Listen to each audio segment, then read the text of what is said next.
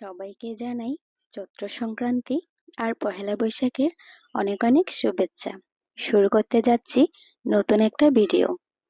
চৈত্র সংক্রান্তি বলতে বোঝায় চৈত্র মাসের শেষ দিন। এই দিনটা বাঙালিরা বিভিন্ন উৎসবের মধ্যে দিয়ে পালন করে থাকে। আর চৈত্র সংক্রান্তির দিনে প্রতিটা হিন্দু সম্প্রদায়ের ঘরে ঘরে পাঁচন রান্না করা হয়, যেটা যুগ যুগ ধরে চলে আসছে।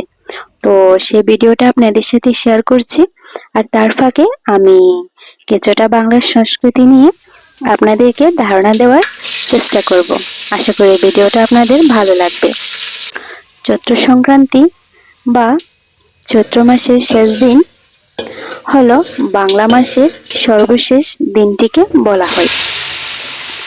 এক সময় বাংলায় প্রতিটি ঋতুরই সংক্রান্তির দিনটি উৎসবের আমেজে পালন করত বাঙালিরা।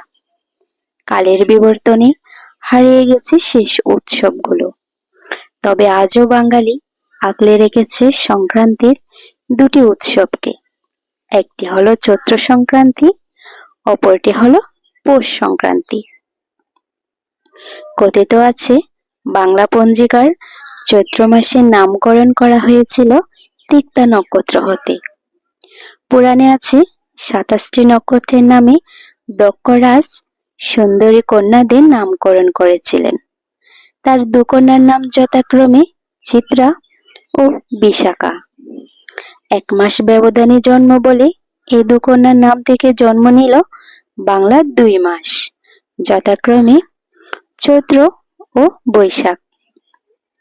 চৈত্রের শেষ আর বৈশাখের শুরু। বাঙালির সবচেয়ে জাঁকজমকপূর্ণ উৎসব পালিত হয় এই ২ দিনে। তবে দুইয়ের মধ্যে উৎসবের তালিকায় চৈত্র সংক্রান্তির পাল্লা ভারী। বাংলা বর্ষের সর্বাধিক উৎসবের সঙ্গে জড়িয়ে আছে চৈত্র সংক্রান্তির দিনটি। ধর্ম বর্ণ নির্বিশেষে বাঙালি কিংবা বাংলার মানুষ এই দিনটিকে কেন্দ্র করে নানা রকম উৎসব পালন করে থাকে।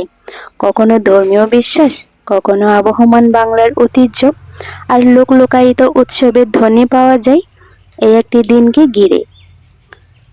চৈত্র সংক্রান্তির দিনে বিভিন্ন রকম শাকসবজি দিয়ে এ পাঁচন রান্না করা হয়ে থাকে।